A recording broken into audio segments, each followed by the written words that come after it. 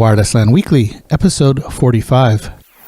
Welcome to the Wireless LAN Weekly podcast, bringing together the valuable knowledge of WLAN industry experts, news, and the latest technology developments, tools, and best practices. A place to educate, inform, entertain, and inspire. Here is your host, WLAN veteran, consultant, designer, and teacher, Keith Parsons. Hello, my name is Keith Parsons, and I'll be the host of Wireless LAN Weekly. This week's episode is number 45. In today's episode, we have a chance to meet with Ryan Woodings. He's the chief geek, actually the CEO, head officer, founder of Metageek, and he'll be talking to us about the past, present, and future of Metageek, and we'll get a little insight into where they came from and where they plan on taking the company. Our tutorial is on the association process, how a client associates to an access point. And in our WhoIs module, we'll be talking with Ryan Adzima. Wireless LAN Weekly podcast, your source of education, information, entertainment, and inspiration. Today we're talking with Ryan Woodings of Metageek about past, present, and future of Metageek. Ryan, glad to have you join the show. Thanks. Glad to be here. I know some of our listeners have heard about where Metageek came from and how you started, but could you give us a quick synopsis of where Metageek came from? Sure. My background is in wireless. I was doing a lot of infrared and Bluetooth, and then I got into short-range wireless for like mice and keyboards and just kind of really cheap wireless devices.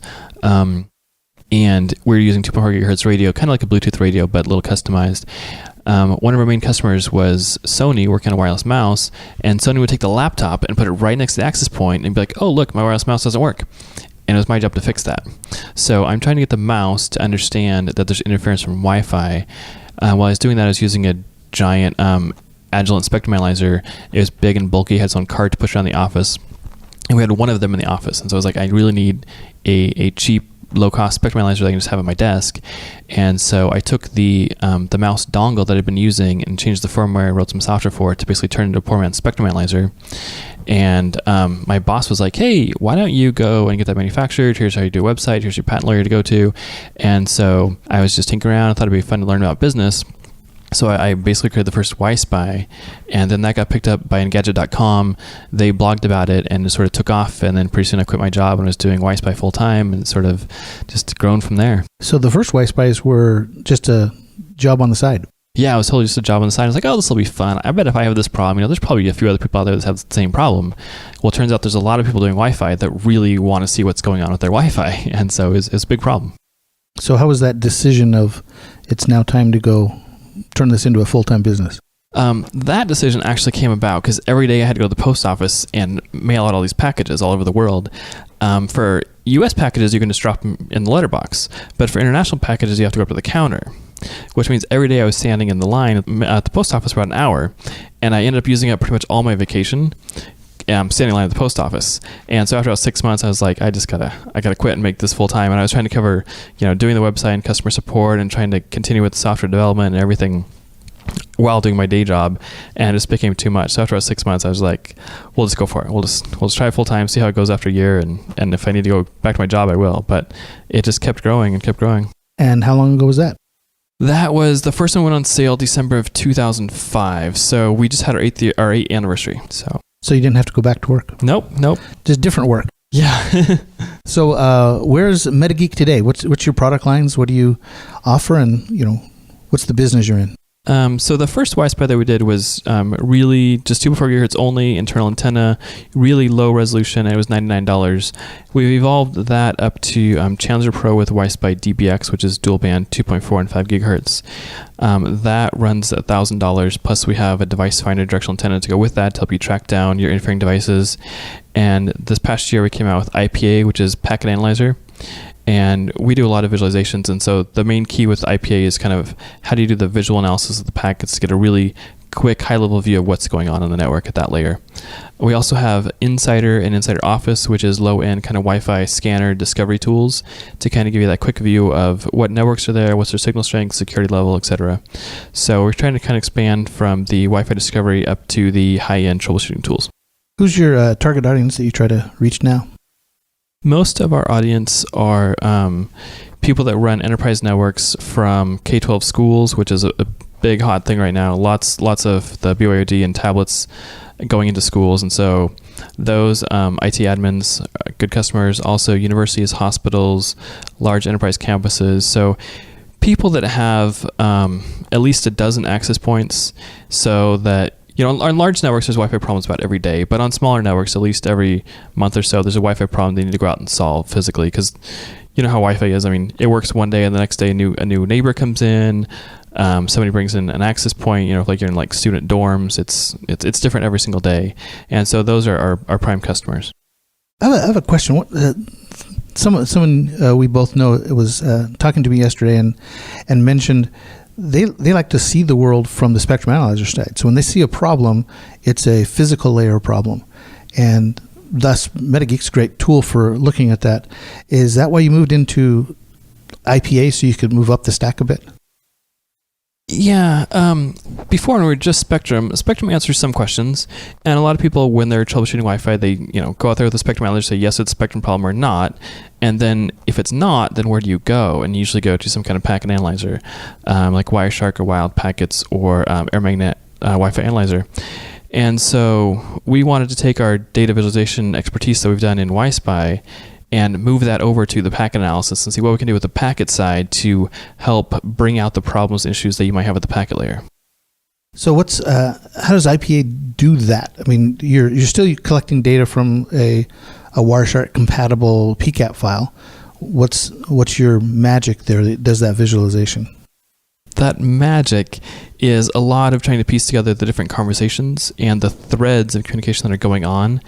And then we bucket everything into by ESSID, SSID down to the client layer, and then what frame types, subframe types are going on. And we display that by airtime, packets, bytes. And so by looking at it different ways, you can see which client or which network is taking up all the airtime, but they're not maybe transmitting that much data. You see a lot of the stuff where if people are beaconing and connecting at 1 megabit and they have those low data rates on, it'll really show up as a lot of airtime compared to the amount of bytes and packets that are actually being sent. And so IPA does a pretty good job of pulling out some of those, the ratio inconsistencies and things like that, and make them easier to spot. And we also added in analysis engine because for the people that are maybe a part-time Wi-Fi guy, maybe your help desk and also do some Wi-Fi support, you may not know exactly what to look for. And so we've added an analysis engine in there to try to figure out the answers to some of those questions on its own and then help guide you. And that's still in its early stages. We have a lot of work to do on that to add in more of answers to more of the problems that you might be having with your Wi-Fi. And the last couple of rounds, you started adding filtering. What was your impetus behind the filter capability? The filtering helps to basically say, I only want to look at maybe the data, or I only want to look at this one client. And so we try to make it easy to drill down visually in we call them treepies, which is a multi-layered pie chart, or be able to filter down and say, I just want to look at management frames or data frames. And so that'll help you, depending on what sort of problem you're having, be able to quickly spot the issue.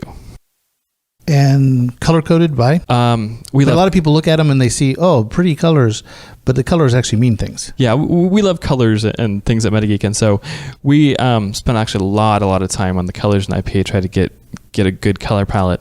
And they're all arranged by purple is management, orange is control, and each subframe type in there has a different shade. And then at the SSID and client ring layer, they're green rings, but the shade of green denotes the average throughput data rate. And so you can see which networks are actually running at a high data rate and which networks are at a low data rate just at a glance. So learning the palette's an important thing. Yeah, learning the palette's an important thing. One easy trick is to basically click on the filter in the subframe bar, because it has a little color swatch next to each subframe type in the filter, and so you can get a quick glance of what's going on there. There's also a mouse over tooltip, so you can kind of get a feel for which slice in the tree is what type of packet. But it takes a while to kind of get a quick feel for it. But. So where'd you come up with the term treepy? The word treepy came from an article actually about the multi-layered pie charts, and they were called tree pies. And I was like, what's a treepy? Because I didn't read it as a pie. And so we just thought it was a funny term, and so we sort of kept with it ever since, because multi-layered pie chart is kind of long to say, and treepy is nice and short. Yeah, it's a cool little word. So that's where you were and where you are today. Where's Metageek headed in the future? After we did IPA, and so now we had a Spectrum tool and a packet tool, we realized that people aren't going out and say, hey, it looks like I have a Wi-Fi Spectrum problem or I have a packet problem. They're just like, the client says, my Wi-Fi doesn't work. I can't connect here. And so you're usually going out to just troubleshoot a Wi-Fi problem, and you don't know what type of problem it is yet. And so we're trying to make our tools give you that high-level view and help drill you down and guide you to what the problem is, what the answer is, whether it's packet or Spectrum or roaming or whatever the type of issue it is. It should be like one tool or one suite of tools that works together to guide you there, and not a bunch of different tools. And then we also have, we have customers that are very much part-time Wi-Fi guy, small office where there's 2 or 3 access points, and they do the help desk as well as manage the network. So they have a little bit of Wi-Fi knowledge. They kind of get how it works, but they're not going to know that their ratio of beacons to data is wrong or anything like that. So we want tools that will help guide them to their basic answers. And then we want tools also for the enterprise guy that's running the large university campus, and he needs to be able to turn all the knobs and whistles, the knobs and dials, and be able to look at all the details. And so we want tools for him as well. And so we're kind of combining the types of data that we're looking at into one tool, and then making that tool a couple different layers as far as what your knowledge level is. So no announcements, but nice direction you're heading. Speaking of announcements, there was an announcement, Cisco Live integration with Metageek. Can you share with us your view of that, what they announced and how it's going to affect your company here? What we've done so far is we've been able to connect our Challenger Pro, which previously only worked with the Wi-Fi DBX on your laptop. We were able to connect that over the network into any Cisco clean air enabled access points, so all the 2600 series, 3600 series. And we're pretty excited about that because all of the Cisco Clean Air access points have the old Cognio chipset in them. And so now we're able to get really good Spectrum data and show that in Challenger Pro wherever you're at. And so if you have that university campus or anything, you can pull up the Spectrum from any access point anywhere on campus instantly without having to go there on site. And that'll give you a quick feel for what's going on and whether you really need to go on site or not. But you'll just have that quick first view of it. And I've loved the Cognio data ever since I started Metageek back when we were $100 and they were $3,500. We were pretty jealous about the data that they had, and we tried to get the Wi-Spy as close as we could, but we were using low-cost radio to do the Wi-Spy and using that Cognio radio that was made specifically for the spectrum analysis. And they really souped up that chip. It's just amazing to get that data and be able to really show what's going on in the spectrum. And did you have to change the channelizer engine much to have that new set of data coming in? Their data is a little bit different than ours, and the resolution's a lot higher, and so we had to tweak it a little bit, but not too bad. It's just on that collection side. We did have to tweak it a bit just because the resolution of the data that they're getting and their philosophy of how the data comes in is a little bit different than ours. But wasn't that big of a deal? It wasn't a fundamental change by any means. So if I'm used to using Channelizer Pro and I switch and now point Channelizer Pro at a Cognio chipset based in a Cisco 2600, anything I need to do different on the Channelizer side? One thing you'll notice if you're using Challenger Pro with Cisco Clean Air and you connect to an access point is instead of one playback waterfall on the left side, you'll now see 2. And that's because every Cisco access point has a 2.4 and 5 gigahertz radio. We might as well connect to both of them. And so we show the playback waterfall for both radios, the one that the rest of the Challenger Pro is looking at. So your density view and your waterfall view will all be for one of the bands. But you have this second playback waterfall that gives you just a quick overview of what the other band is looking like. And then there's a little tiny density thumbnail on the top. And you click that, you can swap between the two bands for the main part of your application. So that's probably the main difference right there.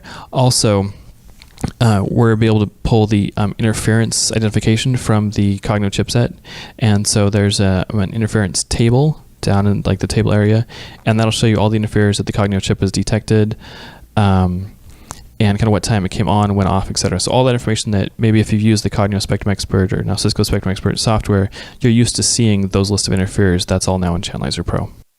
Great. Anything else you want to share about where Metageek's going? What excites you? I get excited by solving problems and solving challenges, and there's a lot of challenges in Wi-Fi, and how do you take Wi-Fi that's unseen, invisible, and is always changing, and make that visible and sort of obvious to the user so that they can solve their problems and understand what's going on. And so there's two parts to it. One part is, solving the problem they're having, and the other part is the learning of it and the understanding. And so we love solving both of those problems and be able to help all of our users understand and learn more about Wi-Fi and how it works. Metageek's been a sponsor of and a presenter at Tech Field Day in the past. Tell us, how's your relationship with Tech Field Day? I mean, you're one of the most popular Field Day events out there, so is it a popular thing for Metageek? Yeah, it's been really fun to work with Wireless Field Day and Stephen Foskett and all the delegates. I think partially we're popular because we're not a vendor, and so they get used to listening to all the AP vendors, and we're a little bit different because we're tools and kind of vendor agnostic, and so I think it's a fresh, different voice. Also, we're just a small company, and most of those vendor companies are very large. For us, it's been really fun because the delegates that are there are very smart and very experienced, and so they ask very good questions about us and where we're going and what our software does, as well as give us some really good advice about what the next steps are that we need to do. And so we use it two parts. One is kind of get out there and just explain where we're at and where we're going, and the second piece is very much to get feedback on whether our direction is right or whether we kind of need to tweak that direction to better serve our customers and the Wi-Fi users out there. Great. Well, thank you for your time this morning. We appreciate you hosting us and coming to your office. Great offices, by the way. Thank you. Anything else you'd like to say? No, Wi-Fi is great and Wi-Fi is fun, and it's good to see a lot of people learning more about Wi-Fi and listening to Keith's podcast. Keep listening and learning from Keith. All right. Thank you. A word for the WLAN Geek Dictionary. Latency. Latency is the length of time between a packet being sent and the response to that packet being returned. This is different than jitter. Jitter is the changes, or the delta, in between interframe arrival times. So if I sent a frame 1 second, frame 1 second, frame 1 second, the jitter would be 0 since each of the interframe spaces were exactly the same. But the latency would be 1 second. Latency is the length of time between a packet being sent and the response to that packet being returned. Back to basics with Keith. In today's 802.11 Basics tutorial, we'll be talking about the association process. There is a graphic that you can see over on the Wireless LAN Weekly podcast website at www.wlanpros.com. And you can follow along with that graphic, or you can just listen to it as I'm describing this. The association process happens from the client's point of view. In 802.11, the engineers who designed this understood that the clients were the only ones who could make the proper decision of which AP to join. Unlike cell towers that have a two-way communication from the cell tower to the client and they have a discussion back and forth, in 802.11, under Wi-Fi, the client has 100% of the responsibility of choosing which AP to join. In this process, it happens something like this, and I'll give some kind of analogies here as we go along. The Wi-Fi client wakes up, says, "Oh, which AP should I join? I'd like to have internet connectivity. I don't have it right now." And it's in this thing called a state machine. When a Wi-Fi device first wakes up, it doesn't have any kind of connectivity. It's restricted that it can only send a couple types of frames. And the frames that it can send in the very beginning are not data frames, so it can't get on any network or any of that. It can only make some attempts to get on a network, and that's the first state that it wakes itself and finds itself in. In this state, the client device can send out a probe request and an authentication request. So there's only two frames it knows how to send. And so the first thing it does, it wakes up and it sends out an authentication request. Well, prior to this, every access point is transmitting beacons 10 times per second per SSID per radio. So there's a whole lot of beaconing going on. And a beacon is basically an AP saying, "Hi, my name's Fred. I like long walks on the beach. I transmit at 125.11. I'm big and strong. Please come join me." It's sapping for old Novell guys. We used to call things service advertising protocol. And it's basically advertising the services that it has. Its speeds and feeds, etc. Now, the things that were defined in the 802.11 protocol that are in beacons are very specific, and yet some vendors have been able to tag on the end of that some vendor-specific pieces of information to augment what's in the 802.11 normal beacon. Well, clients can hear those, and then the client wakes up, sends out his probe request, and the probe request basically says, "Hey there, big boy, tell me about yourself." Well, if I was an AP, I would be a little ticked off at that. 1/10 of a second ago, I told you everything about me. And I send it out to a broadcast address at FFFFF on the network we're on. And the client heard it and then turned around and asked me to repeat myself again. Well, when a client sends a probe request, it also sends it to everyone on FFFFF, and all APs that hear it have to respond. The APs respond with basically the exact same thing they did 1/10 of a second ago on their beacon. The difference is, this time they answer with a, "This one's for you, babe," and they send it back unicast. And the unicast answer says, "My name is Fred. I like long walks on the beach. I transmit at 1, 2, 5, and 11. I'm big and strong. Please join me." Same things, but it's unicast sent directly back. So if a client wakes up and there's 3 APs around and sends out a probe request, he'll receive at least 3 probe responses back. Well, now the client has some information to choose from. Which AP is best? Well, it now has to decide between the 3 or 5 or 10 or however many APs that answered it and choose which one of those it needs to join. On the graphic, we put a green diamond there. The color green because we already used up purple and blue, and green diamond because diamond in flowcharting is a decision. And the decision of which AP to join is solely, exclusively, only, I can't think of any more analogies or words to define that it is totally within the client. And by the way, every client does this differently. They all don't follow the same rules when it comes to the algorithm to determine which AP is best. Obviously, they listen to RSSI, Receive Signal Strength Indicator, how loud each of the APs are, perhaps how fast they came back. It would be nice to know if the AP is busy, but that's not part of the 802.11 protocol, so we don't know that piece of information. We can figure out how strong the AP is by its signal strength. We can see what types of data rates are supported, what types of security is supported, but we don't really know what my data rate's really going to be after the fact. We're just going to make some decisions based on these. Well, I can look in my client's configuration. It says, I want to join SSID H honors. Well, if the one that answered me isn't H honors, then obviously it's going to rank really low in that algorithm. If it is H honors, then it'll rank higher. There's also some algorithms in there to say, am I talking to you right now? Because this process of choosing which AP to join happens continually all the time in a client's world. It always wants to find the next best AP. So am I talking to you now? Vendors might call that a loyalty function inside their algorithm. We normally just call it stickiness. If a client's really sticky, it will choose to stay on an AP that it's currently on, even if it's getting really low data rates. And if it had moved, it could be talking faster to a nearer AP. So at the end of that decision, and again, every vendor does that decision differently, the client chooses, I love you, Bob, and it associates to the Bob AP. Well, it doesn't directly associate. It next, because it's in this first state where it can only send 2 types of frames. Probe request, I already sent that. And it can send an authentication request.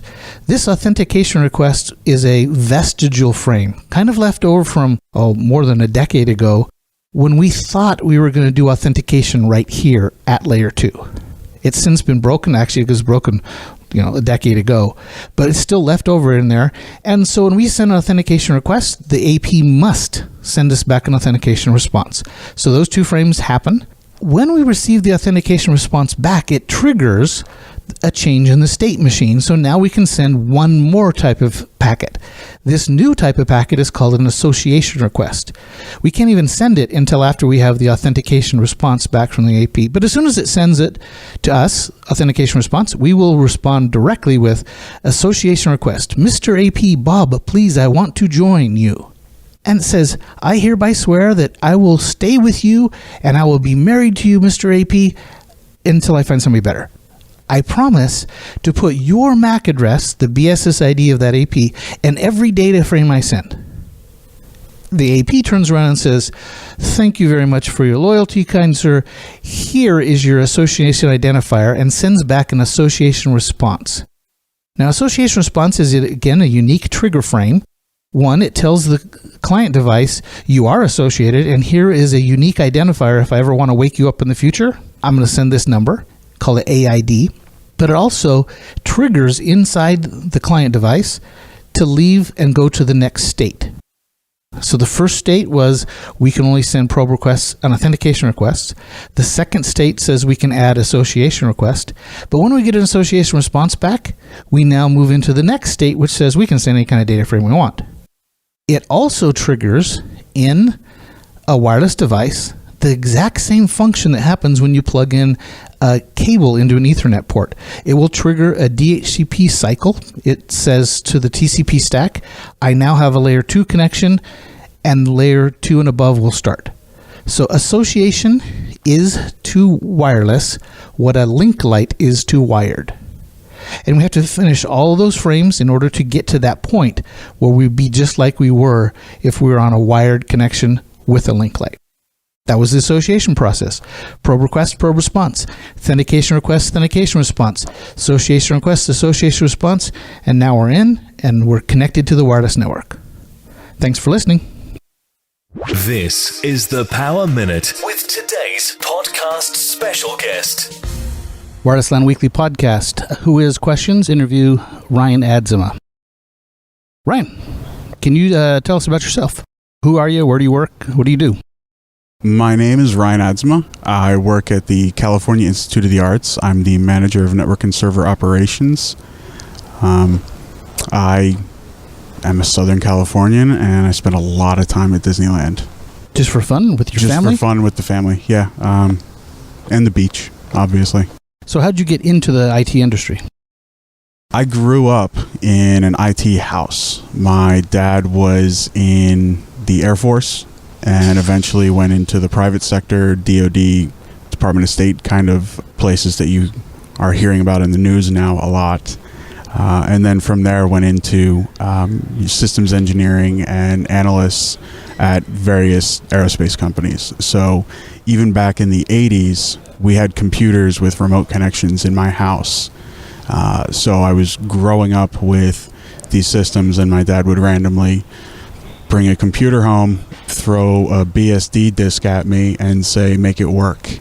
And that's how I was able to get my own computer, only if I learned how to make it work. So what was your first computer? The first computer that I built was a 286, but I can't really remember many of the specs on it. I know the first one that was not given to me by my dad that I purchased, built, did all of that outside of anything family related was I spent a fortune on the first Athlon gigahertz processor. Was this for gaming? No, this was for servers. I was doing a lot of systems administration at the time, Microsoft related, so I built a home server for Windows 2000 Active Directory so that I could play with it. Great. What would you tell your younger self if you could go back 10 years? If I could go back 10 years and tell my younger self anything, it would be read a lot more, not just the books, but articles, independent publications. Just get involved with anyone out there, because a book isn't the end-all be-all of any technology, and usually you're going to find better content in, I guess, back in the 80s, 90s, in higher educational publications from guys who were developing the technology at the time. A Windows book is great, but someone who's writing about the TCP stack, that's going to get you more info on it. But absolutely 100% read more. Do you think your younger self would have listened? If I were to have seen my older self, I probably would have listened, but no, my younger self would not have listened to me. So certifications, your take? Recommended, required, a waste of time? What's your take on certifications? Recommended. It's a certification is something that I would recommend for people to pursue and get, but it's not the goal. The goal is the experience. The certification is pre-validation of that experience. It doesn't say that you are a top-notch engineer. It says that you know the fundamentals to be that level of engineer. So a CCIE, a CWNE, those guys, obviously, you know a lot going into that because there's just so much trivia and specific information you need to know. But someone can memorize that without having the real world experience behind it. Follow-on question to that. What about a university degree in being an engineer in the networking industry? The requirement for having a degree for being a network engineer, I don't see it. But I am personally facing the issue where I've hit the highest level I can really hit because I don't have a degree. I don't have a business degree, so I'm sitting at a working manager level, which is, I'm highly involved. I'm more of a senior engineer architect, but I also handle all the crappy paperwork. And I'm going to have a lot more trouble making any more steps up from this point because I don't have any of those business courses, business accounting, anything like that backing me up. Have you ever thought about going back and getting a degree? I have, and I've pursued it a couple times, and at every single time, something else in my career changed, which limited my ability to either pay for it or attend classes just to have the time to do it. If I'm going to do it, I want to do it proper and dedicate the time to it. So on all the projects you worked on, what's been your favorite so far? Out of every project I've worked on, my favorite would have to be the network overhaul of a kosher poultry slaughterhouse. So I did the domain, the web servers, the domain controllers, the wired network, the wireless network. We did some location tracking on pallets for using the wireless network, but then full PC refresh. I managed the entire thing and did most of the work on it because it wasn't a huge deployment. But that was one of the most memorable jobs I've ever done. What's your take on the future of Wi-Fi? My take on the future of Wi-Fi is it's definitely becoming more accepted and more relied upon. You used to hear a lot that, if you really need it to work, you plug in. And now we're definitely at the point where people rely on the Wi-Fi and see it as equal to the wire. I think that the vendors and the ratification bodies and the engineers need to continue working to make it a solid product. And I think that through that, we're going to see it penetrating even more, becoming, metro Wi-Fi is going to become commonplace even in small towns. You're going to see, hopefully, high speed, so highway type Wi-Fi, where the cars can stay connected instead of using cellular backhaul, using wireless. Who's been the most influential person in your career, and how did they help you? The most influential person in my career, as corny as it sounds, is going to be both of my parents. My dad, being the engineer that he was, him and my mom took a risk in the early 90s, and they started their own company. My mom was a charge nurse. She went to college. She did all of that, and one day they decided that they wanted to start their own company. And they had the idea that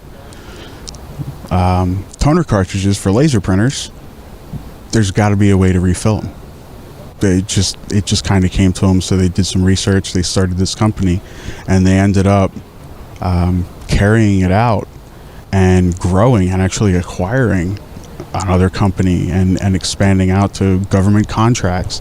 And the amount of work that they put into it while raising 4 kids has kind of given me the work ethic that I have. Why pay someone else to do it if you're able to do it yourself? Dedicate the time to it, and you'll see the results at the end.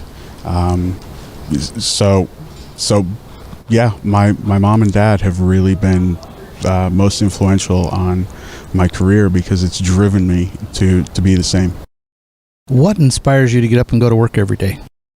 My inspiration for getting up and going to work every day is the technology. I'm a tinkerer, I touch everything. So whether I'm getting out there and writing a new script for gathering information from the network, or I'm building new web proxies, or deploying a new wireless installation in a new building, it's touching the technology and being involved in it that really gets me out of bed. So if money weren't any object, what would you be doing? If money weren't any object, I would probably make a shift towards development of both hardware and software. I would love to get into something using all the current microcontrollers, Raspberry Pi, Arduino, seeing what kind of utilities can be built out of those, and writing code. There's always a better way to do something that's more focused on a particular network. One tool doesn't fit everyone's needs perfectly. So how do you adapt that tool so that it possibly can be tweaked? And that's the kind of thing that I like to do. And I probably would continue down that path. That's good. I like that. Shows you're definitely dedicated to the technology. If in spite of not having any money, you still want to continue that way. Next question is kind of a multi-part. Has to do with blogging and social media. So, one, do you blog? What's your blog? And do you think all engineers should have a blog? So my blog is techevangelist.net. I try to blog regularly. Doesn't always work out that way. I sometimes have 20 drafts waiting to be finished. And sometimes I just don't have time to write anything up. But I don't think that blogging is for everyone, and I don't think that it's a requirement for being an excellent engineer and even a highly involved, socially, an engineer that excels socially and even helps others. There's other ways to reach out. I see blogging as helping me more because I can go back and review my notes. That's more for why I started it and why I continue it. I don't expect people to read it, and I don't expect a lot of hits. The most hits are from me because I'm constantly reviewing things that I've written and even going back and updating. If you had a chance to meet a new engineer who's just getting into the industry, what advice would you give him? If I was meeting a new engineer just getting into the industry, I would absolutely tell them to become socially active. No matter how you do it, whether it's a local meetup, Twitter, blogging, Stack Exchange, any platform out there where you can lean on the body of knowledge of other people and hopefully contribute back to that. It helps so much in the day-to-day, and it also helps grow you as an engineer because it can help change the way you think and troubleshoot. Great, thanks. And last just would be a wrap-up, and just end it and say what you're doing from now on. A little forward thinking about how you're going to move forward in your career. That's probably the hardest one. Moving forward, I hopefully see myself moving into an architect type role, specifically with all of the technologies revolving around access and security, whether it's diagnosis and troubleshooting or making them better, making them easier. That's kind of where I want to go. I want to help shape those systems because personally I don't think they're all up to par right now. Great. Well, thanks to Ryan for sharing with us a little bit about who he is and his thoughts on what's going on. Thanks again, Ryan. Thank you.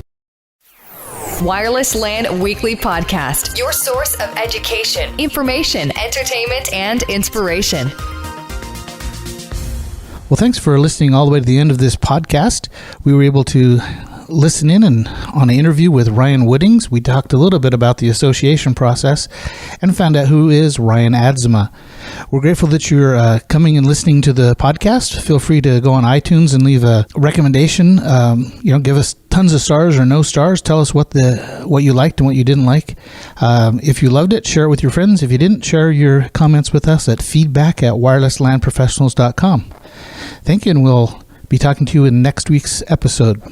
Thank you for listening to the Wireless LAN Weekly podcast. Head to WLANpros.com for this episode's show notes and the latest industry news. Connect today, WLANpros.com. A place to educate